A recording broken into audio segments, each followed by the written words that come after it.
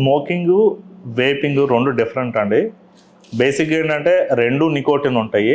Addict అవ్వడం వల్ల సాధారణంగా సిగరెట్ తీసుకుని ఉంటారు. ఆ సిగరెట్లో నికోటిన్తో పాటు చాలా రకాల పదార్థాలు రిలీజ్ అవుతాయి కాబట్టి వాటితో సైడ్ ఎఫెక్ట్స్ ఎక్కువ కాబట్టి తర్వాత ఏం చేశారంటే ప్రజలు ఓన్లీ నికోటిన్ ఉన్న లిక్విడ్ని పీలిస్తే మనకి సిగరెట్కి వచ్చే సైడ్ ఎఫెక్ట్స్ తగ్గించవచ్చు అని చెప్పేసి అలా వేపింగ్ అనేది స్టార్ట్ అయింది. అయితే దాంతో ప్రాబ్లం ఏంటంటే వేపింగ్లో కూడా కొన్ని కెమికల్స్ ఉంటాయండి.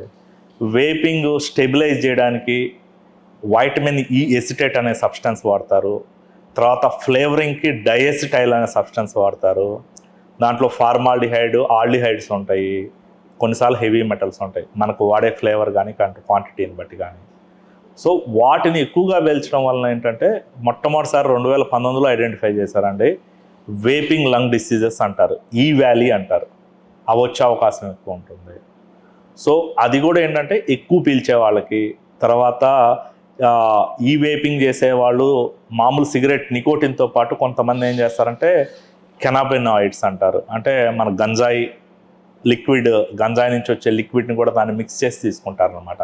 అట్లాంటి వాళ్ళకి ఇవి వచ్చే అవకాశం ఎక్కువ ఉంటుంది.